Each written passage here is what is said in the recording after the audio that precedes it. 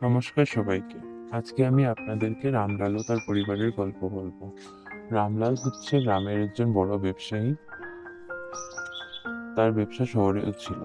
রামলাল তার পরিবারকে নিয়ে গ্রামের বাড়িতে থাকত।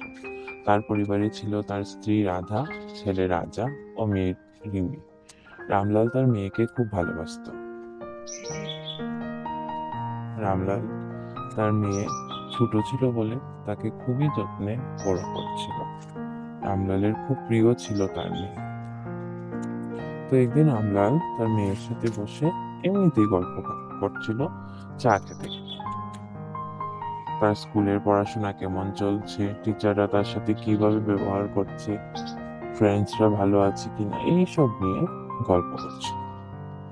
কারণ রামলালের তার মেয়ের সাথে গল্প করতে, মেয়ে সম্পর্কে জানতে খুবই ভালো লাগতো। তো হঠাৎ তার মোবাইলে একটা ফোন আসে। তো সে জানতে পারে যে তার শহরের কাজে কি যেন একটা সমস্যা হয়েছে। তাই রামলাল ফোনে কথা বলতে ব্যস্ত হয়ে যায়। রানীও বসে থাকে রামলালের পাশে।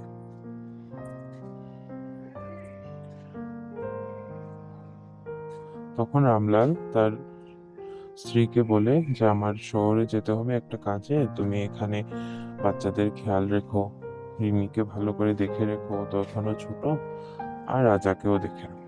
এই বলে রামলাল এখান থেকে চলে গেল।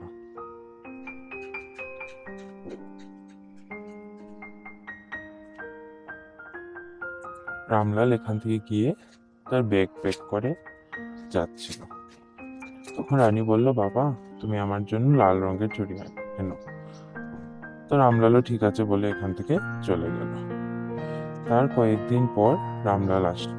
রানী তো বাবাকে দেখেই চুড়ির আবদার করলো, আর বাবা তখন তাকে বকে দিল, কারণ রামলালের মাথা ঠিক ছিল না, শহরের কাজে অনেকটা লস হয়ে গেছে।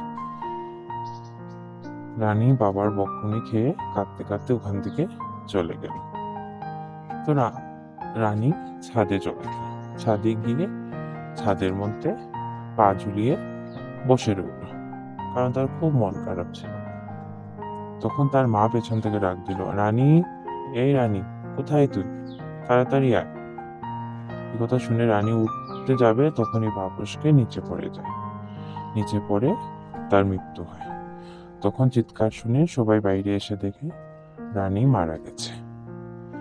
বাবা, মা, ভাই সবাই তো অবাক হয়ে তাকিয়ে রইল, এ কি দেখছি, এ কি স্বপ্ন নাকি সত্যি? তারপর রামলাল সে নিজেকেই দায়ী করতে লাগলো মেয়ের মৃত্যুর জন্য। সে কিছুতেই নিজেকে বুঝাতে পারছে না যে এটা একটা অ্যাক্সিডেন্ট ছিল। সে ভাবছে তার জন্যই তার মেয়ের মৃত্যু হয়েছে। এখানে এই গল্পটি শেষ হয়ে যায়, কিন্তু এই গল্পের দ্বিতীয় পর্ব নিয়ে আমি তাড়াতাড়ি